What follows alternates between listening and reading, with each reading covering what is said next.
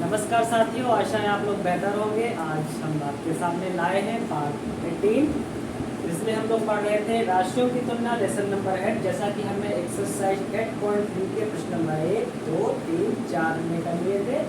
प्रश्न नंबर 5 की यात्रा आज से प्रारंभ होगी और आज संभावना है कि 8.3 संभावना नहीं, निश्चित रूप से खत्म हो जाएगी और ये लेसन खत्म हो जाएगा। अगले लेसन पर लेसन क्या और हम लोग बढ़ जाएंगे। तो समय ना गवाते हुए प्रश्न नंबर 5 को पढ़ते हैं। और प्रश्न नंबर 5 जो आपकी एनसीईआरटी बुक में है वो कुछ इस प्रकार है कि मैंने एक टीवी 10,000 में खरीद कर 20% लाभ पर बेच दिया, मुझे बेचने पर कितना धन प्राप्त हुआ। ठीक, तो मैंने एक टीवी 10,000 में खरीद कर, खरीदना मतलब क्रय मूल्य, ठीक है, कॉस्ट प्राइस यूज 10,000। ओके, फिर कह रहा 20% लाभ पर बेच लिया। तो लाभ प्रतिशत जो आपका है 20%, वो है 20%। कितना है? 20% पे बेच दिया, ठीक है। तो मुझे बेचने पर कितना धन प्राप्त हुआ, तो हमें निकालना है सेलिंग प्राइस। क्या निकालना है? Selling price. तो देखिए, अगर सेलिंग प्राइस तब निकल पाएगा यदि हम क्या करें, सेलिंग प्राइस हमारा यहाँ पे तब निकल पाएगा अगर हम कॉस्ट प्राइस में क्या ऐड कर दें, 10,000 का 20% अगर हम निकाल लें, 10,000 का 20% इसमें ऐड कर दें। देखिए, ये आपको कुछ सोचना पड़ेगा। वहाँ क्वेश्चन आपके सामने उपस्थित होगा, ये बहुत छोटे किस्म के क्वेश्चन हैं। जैसे कि आपने क्या किया कि 10 रुपये की कोई चीज़ खरीदी, समझ लेते हैं, और 10 रुपये की कोई चीज़ खरीदी और आपने कहा कि 10 रुपये की तो मैंने ले ली, लेकिन मैं इसका 20% लाभ पर से बेचूंगा, 20% लाभ पर इसको बेचूंगा। तो 10 रुपये की तो आपने खरीदी, लेकिन आप क्या कर रहे हैं, 20% लाभ पर बेच रहे हैं। इसका मतलब 10 का जो 20% होगा, 10 का जो 20% होगा कितना होगा, 2 रुपया। मतलब 10 रुपये तो आपको मिलेंगे ही मिलेंगे, प्लस 2 रुपये जो 20% है वो भी मिलेंगे। इसका मतलब आपने 12 रुपये में 12 रुपये में मतलब क्या हुआ कि 10 रुपये तो आपका कॉस्ट प्राइस हो गया और 2 रुपया क्या हो गया, लाभ। जो 2 है वो 10 का कितना परसेंट है, 20%। ठीक है, तो सीपी हमारा कितना, कॉस्ट प्राइस हमारा 10,000 और 10,000 का 20% जब हम निकालेंगे तो निकाल लेंगे। भूल से इसको यहाँ से मत काट दीजिए, आपकी गुणा का कटेगा, ये यहाँ का हिस्सा यहाँ से नहीं कटेगा, ठीक है।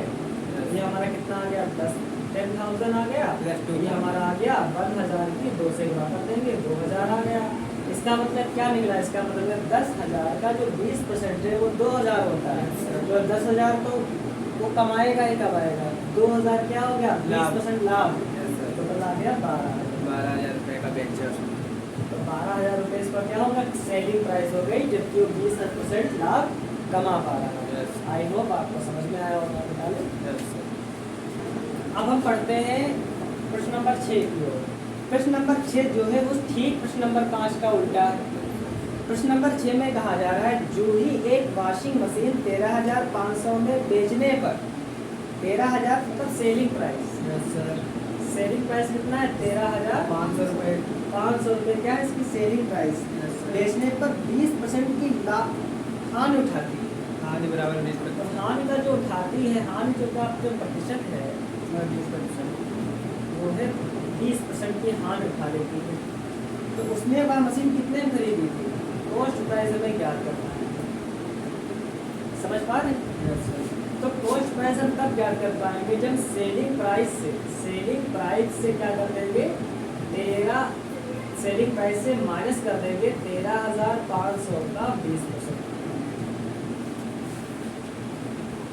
सेलिंग प्राइस हम तब ज्ञात कर पाएंगे जब हम 13,500 का 20% क्या करेंगे, माइनस हम क्यों कर रहे हैं, माइनस ले कर रहे हैं क्योंकि वो हानि उठा रही है। क्या उठा रही है, हानि उठा रही है। सेलिंग प्राइस तो हमारा 13,500 ही है, लेकिन 13,500 का तो 20% हम जो निकालेंगे तो कितना आएगा, 13,500। ये ऐसे का ऐसा आएगा, ये हो जाएगा 5 गुना 10, 3 गुना 6 7, 2700 ना 27। तो अगर इसको घटा दें इसमें से तो कितना बचेगा, 0 0 15 से 7 गया 8 होगा, और यहाँ कितना 800 और यहाँ पे क्या होगा अभी 5 यहाँ पे हो जाएगा। अब ध्यान से ये देख लेते हैं, प्रश्न हमारा कह रहा है जो भी एक वॉशिंग मशीन 13,500 में बेचने पर 20% की हानि उठाती है, 20% की क्या उठाती है, हानि उठाती है, उसने वह मशीन कितने में खरीदी, उसने वह मशीन कितने में खरीदी। तो इसका मतलब अगर हम यहाँ पे प्लस करेंगे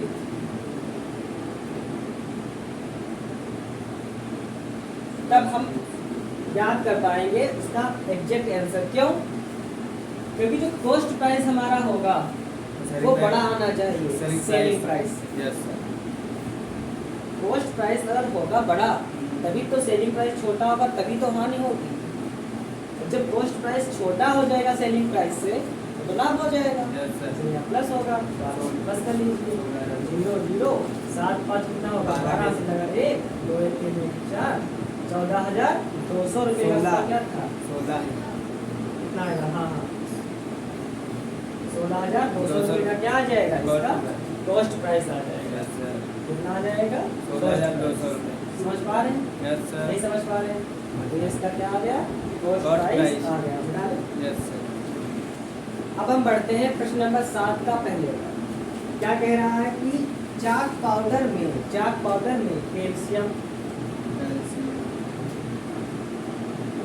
कैल्शियम कार्बन तथा ऑक्सीजन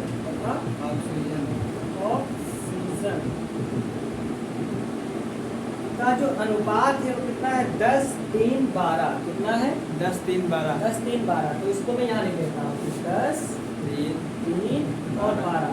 और इस प्रश्न को हल करने में प्रश्न नंबर जो 2 है वो हमारी सहायता करेगा। ठीक है, तो हम क्या करेंगे, कुल अनुपात में क्या ज्ञात करेंगे, कुल अनुपात ज्ञात करेंगे। तो कुल अनुपात कितना हो जाएगा 10 + 3 + 12 ये हो जाएगा। ये कितना हो जाएगा 13 + 12 कितना हो जाएगा 25। कितना हो जाएगा 25। ठीक है 25 हो जाएगा।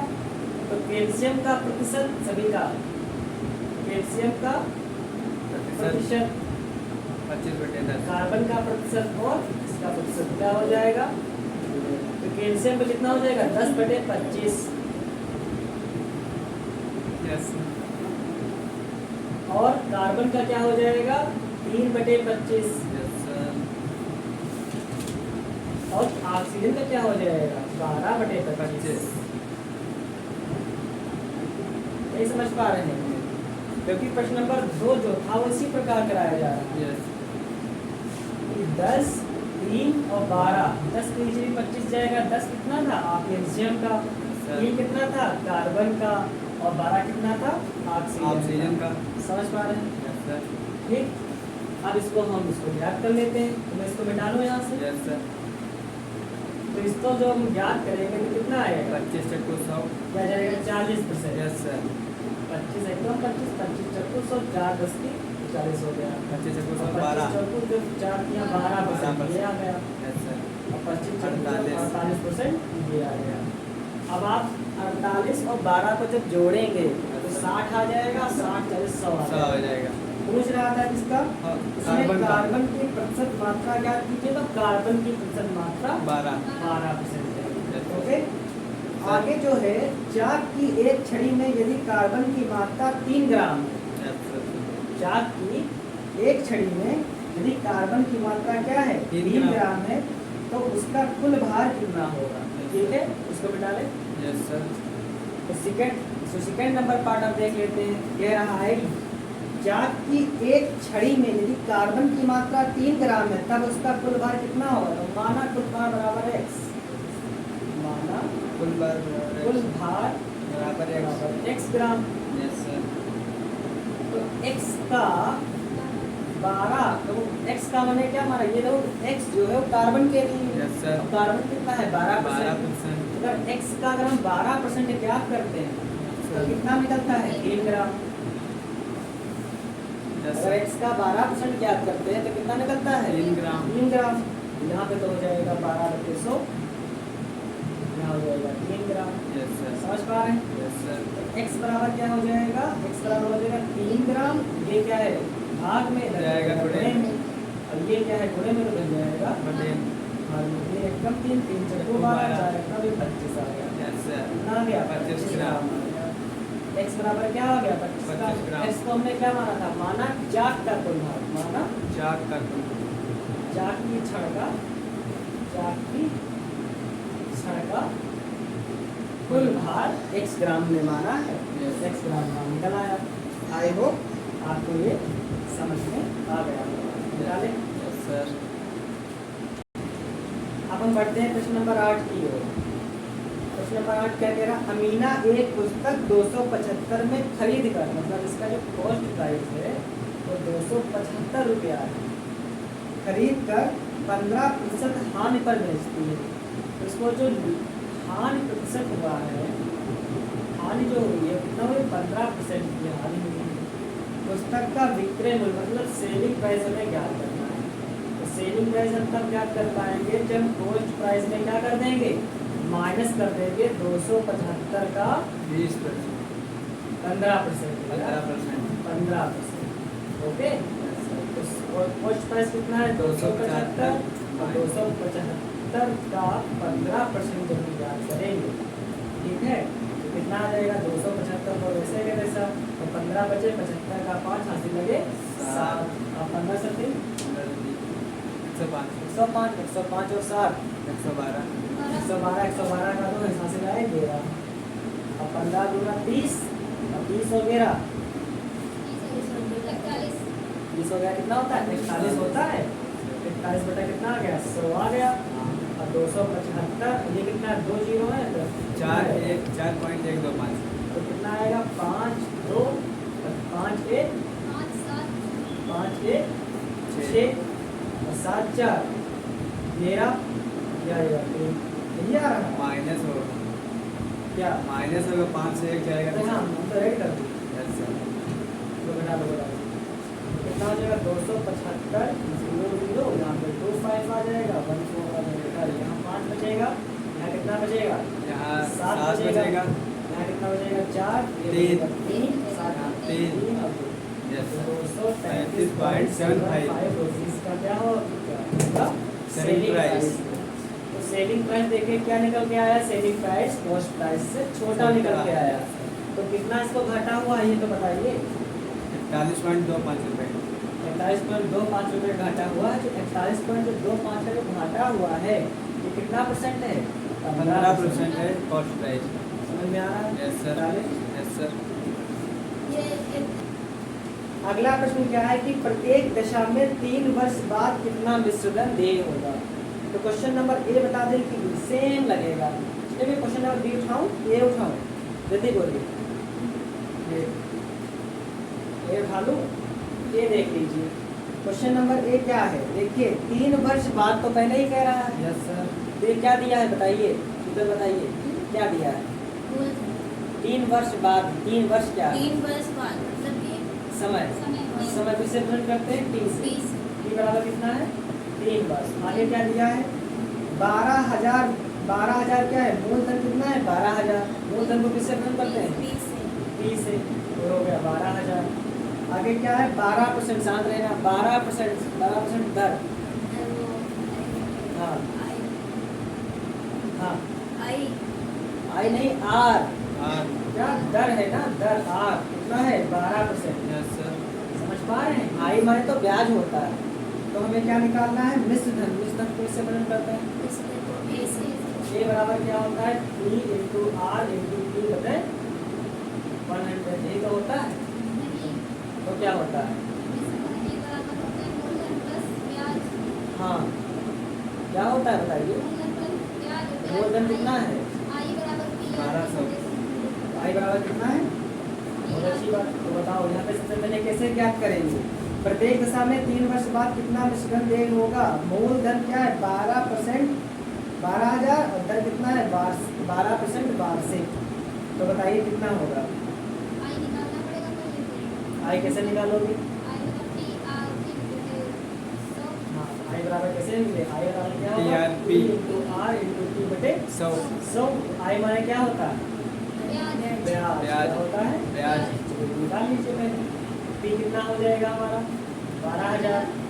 आर कितना हो जाएगा? 12। और टी कितना हो जाएगा? 3, कितना हो जाएगा? 100। 144। देखो 12 बराबर 144 3 3 4 3 12 4 3 12 13 3 432। यस सर 432 क्या हो गया? आई आई हो गया। ब्याज। निकालना क्या है? ए निकालना है। मिश्र धन ए बराबर क्या होता है? पी प्लस आई होता पी है। प्लस आई पी क्या होता है? मूल 1200। धन कितना है? 12,000। 1200 प्लस आई 432 कितना है? 432। कितना है? 1632 1632 हमारा क्या निकल आया?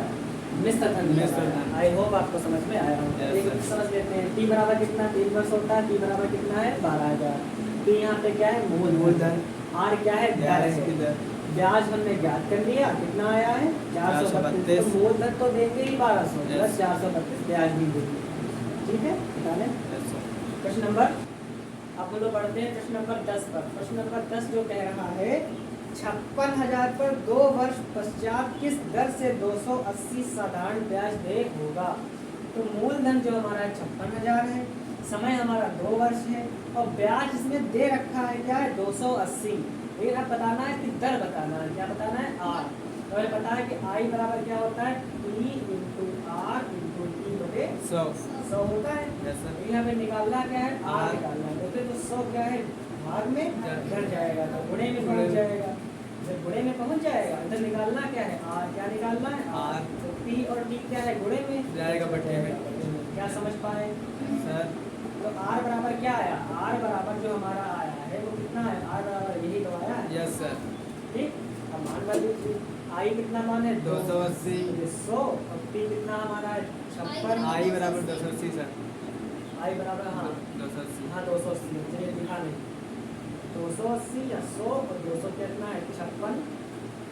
यस सर 56,000 गुणे 56,000 और गुणे दो। कितना हो जाएगा? दो। 1 तो यस सर 1 2 3 1 2 3 28 गुना 56 और यहाँ पे कितना हो जाएगा? 28 एक कम 28 28 गुना 56 2 दूनी कितना आ जाएगा? 1/4 4 जीरो। 1/4 का मतलब कितना आ गया? 0.25 0.25%। यस सर समझ पा रहे हैं? यस सर बस इसका मतलब कितना दर लग रहा है? 0.25 ब्याज लग रहा है। निकालें। यस सर अब हम बढ़ते हैं प्रश्न नंबर 13 की ओर। प्रश्न नंबर 11 कह रहा मीना ने 9% वार्षिक दर से 9% मतलब आर ये है कि ब्याज की दर और टी समय कितना है? 1 वर्ष। वार्षिक दर से 1 वर्ष पश्चात 1 वर्ष पश्चात 45 रुपया ब्याज के रूप में दिए। तो ब्याज कितना है? 45 रुपया। उसने कितना धन उधार लिया था? मतलब मूलधन कितना है? हमें पता है कि आई बराबर क्या होता है? TRP into R into P P बटा कितना? 100। तो हमें इसमें अब क्या निकालना है? हमें पी निकालना है। देखिए 100 क्या है? भाग में जाएगा इधर जाएगा गुणे में तो गुणे में। यस सर तो हमें निकालना क्या है? P P। निकालना है। तो आर पी क्या है? गुणे में तो जाएगा बटे में बटे में। तो कुल मिला के पी बराबर कितना आया? आई आई इंटू 100 अपॉन आर। RT चलिए मान कर लेते हैं। आई कितना है? 45 45 इंटू 100 100। आर कितना है हमारा? 9 पी कितना है हमारा? एक वर्ष। 9 9 45 500 रुपये मूल्य 500 रुपये क्या हमारा हो गया? मूलधन हो गया। यस तो आपके सारे प्रश्न यहाँ पे हल हो चुके हैं। अब हम लोग मिलते हैं एक नए सेशन में। क्लास 7 के नए लेसन में राशियों की तुलना कंप्लीट हो चुकी है। अब लोग मिलते हैं परिमेय संख्या पे। परिमेय संख्या लेसन नंबर 9 पार्ट 19 में पढ़ाया जाएगा। तब तक के लिए इसे देखिए, अच्छा लगे तो लाइक करिए, सब्सक्राइब करिए और बच्चों के साथ जरूर शेयर करिए। इनके पास पढ़ने के लिए और कोई चारा या ऑप्शन नहीं है। तब तक के लिए नमस्कार।